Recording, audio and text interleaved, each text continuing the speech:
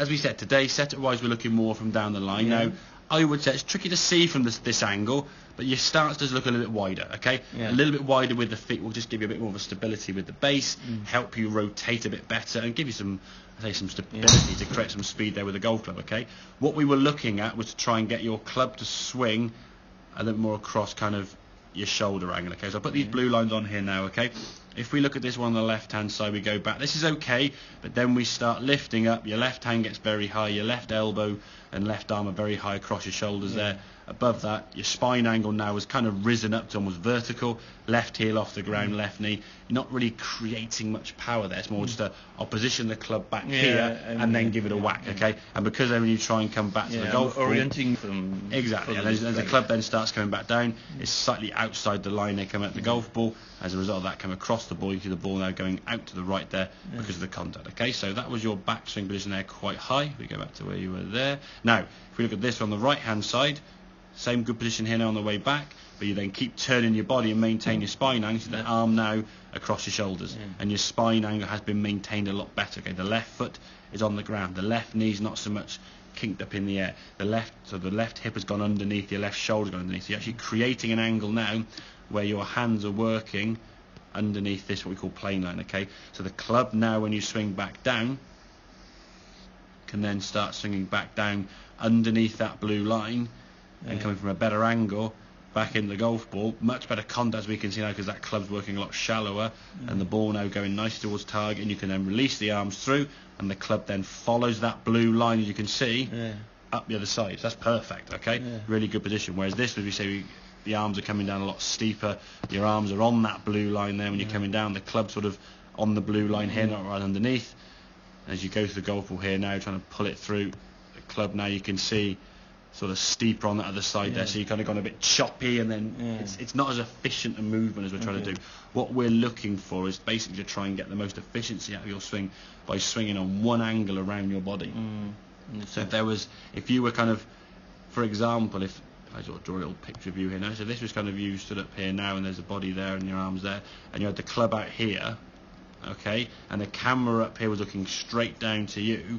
All it would see now is a circle. If you was like a baseball shot or a tennis shot, the racket would be going around your body on a circle. You wouldn't want to lift it up in the air or chop it down or spin this way. What we're doing is basically getting that angle there and just tilting it.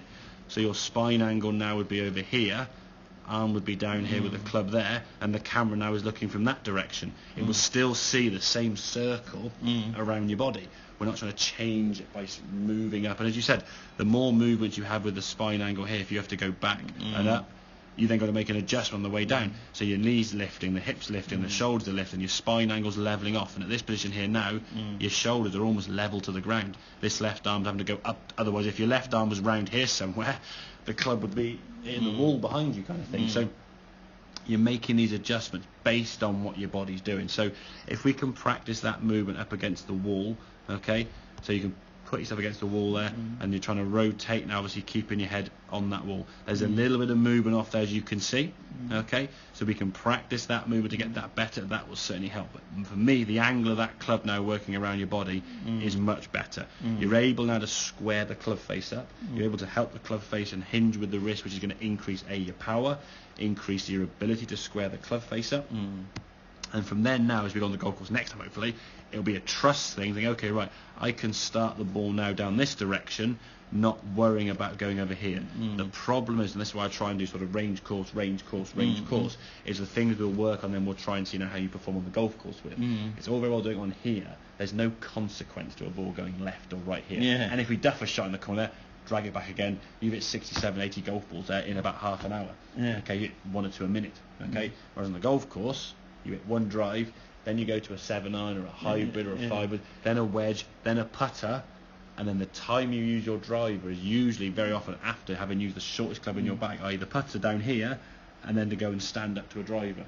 So getting used to those adjustments, I think in terms of your practice, I mean, I know you come down and hit some balls on the sim, try to, when you have your practice sessions, hit 20 balls, have a break. Just sit down, play on your phone, or go and have a coffee or whatever. Break it up a little bit, or do a few short chip shots. Let the body forget and restart. Exactly. Or go and have a putt or do something. So it's not just repetition over repetition, because the old saying, even a blind squirrel finds a nut. Eventually, if you just keep swinging and swinging and swinging, you'll figure out to hit the ball straight.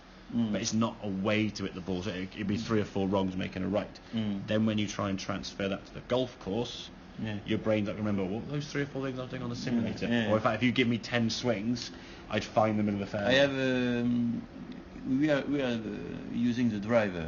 With the iron, I do the same. Yep, exactly the same. Yeah, exactly the same. Exactly the same. And I was doing exactly the same mistakes. Yes, slightly. But what you'll find with the driver, it's more magnified because the club's longer. There's more speed, and there's a bigger movement because the club is longer. So, okay. But with the irons, the instructions are the same. Exactly the same. Yeah. So basically, with the drive, all the movement is not the same except the longer. Exactly. So what you would find here now. So this is the angle here with your driver. Yeah. If I do a different, if I said if he had a 7-iron, for example, your spine angle would be here. Your arms would be here, and the club would be there, for example. Yeah. So now the green line would be going that way. Okay. So you'd slightly steeper swing because the club is shorter, you see. Yeah. But so but the feeling and the rotation, the breaking the wheels, exactly. on the backswing and take, all the same. All that's happening really is the golfing. If I had a super long driver that was 20 foot long, my spine angle would be pretty vertical because the club's out there. So I'd swing it around here, my left arm across my shoulders, and out there. As the ball's down here with a super small club, I'm down here.